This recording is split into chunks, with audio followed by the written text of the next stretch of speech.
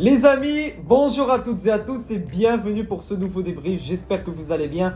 Le Real Madrid se qualifie donc pour cette finale de la Supercoupe d'Espagne. Victoire 3-0 face à Majorque et ce sera donc un classico ce samedi. Classico les gars. Ah ça fait plaisir. Ça fait plaisir, un petit classico. Un grand classico pour ce début d'année. On verra comment ça va se passer. Il se peut que je sorte un avant-match de ce classico. Sûrement demain, si j'ai le temps. Si j'ai pas le temps, j'en ferai pas. Mais on va débriefer ce match. Il y a pas mal de choses à dire, des choses intéressantes. Parce qu'aujourd'hui, j'ai vu un bon Real Madrid. Contrairement à certains qui peuvent penser que le Real a fait une victoire poussive, pour moi, j'ai vu un bon Real Madrid. Et je vais vous expliquer pourquoi. Tout d'abord, ce qui est bien, c'est que ce Real Madrid, depuis le début de cette année, est sur une bonne dynamique. Voilà, 3 matchs, 3 victoires, une victoire difficile à Mestalla face à Valence. Et là, je vois un excellent match face à Majorque, très offensif. Dès le début de match, on voit un Real Madrid qui presse. Et ça, c'est quelque chose qu'on n'a pas l'habitude de voir dans cette équipe du Real Madrid. Une équipe qui presse. D'habitude, le Real Madrid est assez nonchalant en ce qui concerne le pressing. Mais là, dans ce match, j'ai vu un Real qui n'hésitait pas à presser, qui n'hésitait pas à mettre la pression à cette équipe de Majorque pour récupérer les ballons. Et surtout, un mec qui m'a vraiment impressionné, c'est Camavinga. Camavinga, il a vraiment fait un match patron. Un match de taille patron pour Camavinga. Des récupérations extrêmement précises. Il savait quand il fallait récupérer le ballon. Et même le récupérer sans faire faute. Et franchement, il a fait un excellent match. Globalement, on a été très bon défensivement. Voilà, on a vu une équipe de Majorque qui n'arrivait pas forcément à se créer des occasions concrètes. Donc voilà. Une équipe de Majorque où on avait fait un partout en début de saison. Certes, le Real Madrid de début de saison, ce n'est pas le Real Madrid de maintenant. Mais on a vu de l'amélioration en ce qui concerne nos capacités offensives, nos capacités de pressing, nos capacités à vraiment être très bons sur l'entièreté d'un match. Même si, comme d'habitude, on joue parfois une mi-temps sur deux. Même si cette première mi-temps était très bonne, on devait mener 1 ou 2-0 à la fin de cette première mi-temps. Juste, on n'a vraiment pas été bon en ce qui concerne la finition, puisqu'on avait une équipe de Majorque qui mettait le bus, une équipe de Majorque qui voulait vraiment rester derrière pour encaisser le moins de buts et amener le Real Madrid au penalty, parce qu'il n'y avait pas de prolongation dans ce match, puisque la Supercoupe d'Espagne n'autorise pas les prolongations, c'est penalty direct. Donc on voit que le but de Majorque, c'était de ramener le Real Madrid au penalty. Voilà. Mais à part ça, en ce qui concerne le milieu de terrain, j'ai vu un excellent Jude Bellingham, encore une fois. Franchement, Bellingham, faut se poser les bonnes questions. Voilà, c'est un milieu hyper complet, c'est un milieu qui mouille le maillot, qui se bat pour la récupération, pour les phases offensives, les phases de construction, la vision du jeu. Il est vraiment extrêmement polyvalent sur plusieurs secteurs du jeu. Plusieurs postes, voilà, il peut occuper plusieurs postes à la fois, avoir plusieurs rôles à différents moments. Il s'adapte à n'importe quel environnement et à n'importe quelle situation. Et franchement, c'est une qualité qui n'est pas donnée à tous les milieux de terrain et à tous les joueurs. C'est très compliqué de pouvoir être polyvalent à plusieurs postes et à plusieurs rôles en même temps et en fonction de différentes situations. Bellingham est un joueur hyper complet et on a la chance de l'avoir au Real Madrid. D'ailleurs, il nous a coûté que 100 millions, je ne sais pas si vous vous rendez compte, pour un gars qui a à peine 21 ans actuellement, qui a environ presque 40 goal assists à 21 ans au Real Madrid en 2 saisons. Donc voilà, c'est quelque chose d'exceptionnel. Ce gars est extraordinaire. Alors, j'ai vu un Mbappé, qui était bien dans ce rôle de pivot, ce rôle de constructeur, il essayait de basculer d'un côté à un autre, d'une aile à une autre. Même si j'ai pas vu un Mbappé vraiment efficace, puisqu'il n'a pas marqué aujourd'hui. 3 matchs, aucun but pour Mbappé. Après, je sais que ça va venir, c'est totalement psychologique, c'est le début de l'année, et voilà, ça va venir. Pourquoi pas pour le Classico de ce samedi. Mais Mbappé, tout de même, malgré son manque de but, malgré qu'il n'ait pas marqué, il a quand même eu un rôle important en ce qui concerne la distribution, en ce qui concerne l'organisation de l'attaque.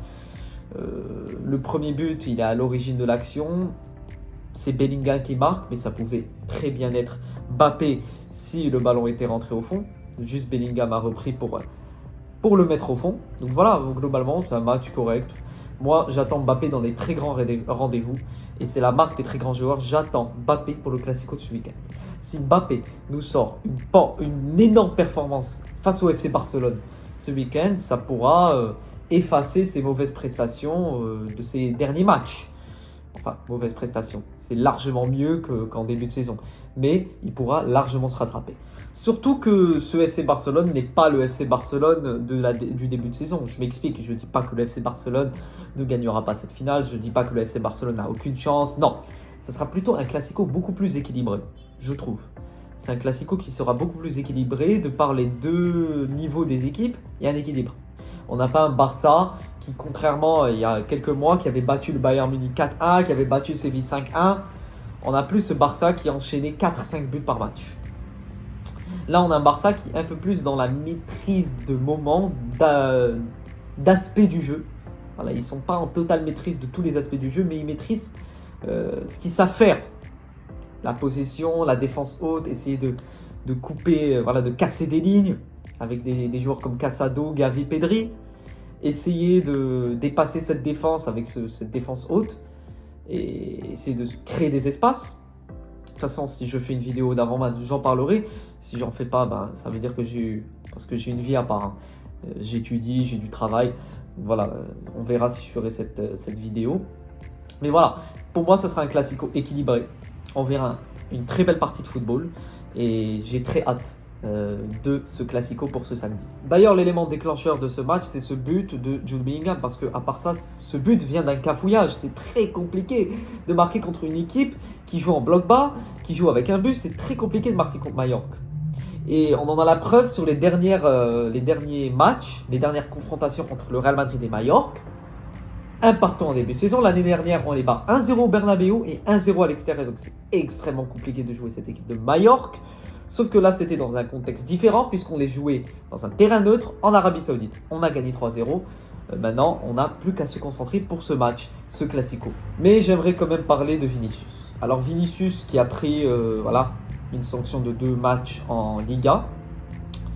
Voilà, je ne veux pas dire que c'est pas mérité, même si pour moi, si on avait, comme j'avais pu dire dans mon débrief de Valence, si on a sanctionné Vinicius, il fallait sanctionner également le provocateur. Tu as un mec qui provoque, tu as un autre qui répond, tu sanctionnes les deux. Parce que sanctionner un seul, c'est négliger l'autre aspect du problème. Et ça, c'est grave. Mais à part ça, Vinicius qui n'arrive toujours pas à se contrôler. Malgré cette sanction du carton rouge, il n'y a personne qui peut essayer de le gérer au club. Il a besoin d'un psy, il a besoin d'être suivi. Parce que franchement, émotionnellement, les gars, c'est très compliqué. Mais le mec, il explose à n'importe quelle petite action. Et c'est devenu une faille que les autres équipes exploitent. Énerver Vinicius pour faire sortir Vinicius de son match. Et c'est totalement compréhensible. Vinicius qui est actuellement l'un des meilleurs joueurs du monde, si ce n'est le meilleur joueur du monde. Voilà, je vous laisse débattre de ça en commentaire. Vous en avez totalement le droit de penser autrement. Voilà, chacun a son avis. Mais les équipes adverses savent que c'est une faille de pouvoir faire sortir Vinicius de son match et pouvoir l'expulser ou avoir des sanctions, etc. pour qu'il ne puisse pas jouer. Et franchement, Vinicius doit apprendre à se contrôler parce que la marque de grand joueur, c'est être calme, c'est être leader. Et un leader ne doit pas se comporter d'une telle manière. C'est mon avis. Je suis un fan du Real Madrid, mais je le dis en toute honnêteté. J'en ai marre, j'en ai assez de voir Vinicius avec ce genre de comportement, avec ce genre d'agacement. Surtout lors de très grands matchs comme les Classicos, les matchs de Ligue des Champions, ça serait vraiment insupportable de voir un mec qui non seulement sort de son match, mais fait sortir également et impacte son équipe, qui peut sortir de son match et ne plus être concentré et perd totalement le match. Donc voilà, il faut vraiment qu'il apprenne à gérer ça, il faut vraiment qu'il soit suivi au sein de ce club, qui est le Real Madrid. Donc voilà, globalement c'était un match intéressant, voilà un premier avant-goût de ce Classico. Il fallait voir si le Real Madrid allait répondre présent, allait répondre à ce FC Barcelone qui a gagné d'ailleurs hier 2-0. J'ai pas pu faire le débrief pour des raisons personnelles, mais on avait vu un Barça également hier qui était dans le contrôle, certes qui ne maîtrisait pas tous les aspects du jeu, c'était compliqué, Et bien sûr, en face, c'est Bilbao. J'avais vu un Gavi qui était bon, voilà, qui a fait un bon match. Malgré que ça soit un mec qui est agaçant, etc., il apporte quand même, ce joueur qui est Gavi, des aspects, des caractéristiques dans le jeu, dans l'impact physique. Voilà, chose qui était extrêmement importante dans cette équipe de Barcelone et ça peut faire la différence ce week-end. Voilà, j'espère que le Real Madrid ne se plantera pas. J'en ai assez après ce Classico perdu 4-0. J'espère qu'on pourra changer la donne, qu'on pourra inverser la tendance et pouvoir remporter ce Classico. Donc voilà les amis, j'espère que ce débrief vous aura plu. Si vous a plu, n'hésitez pas à vous abonner, à liker, à commenter, à me dire ce que vous pensez de cette Super Coupe d'Espagne, ce que vous pensez, vos pronostics pour le Classico de ce week-end. Et les gars, avis pour toujours. Et n'oubliez jamais, à la Madrid y nada más. Vamos en finale!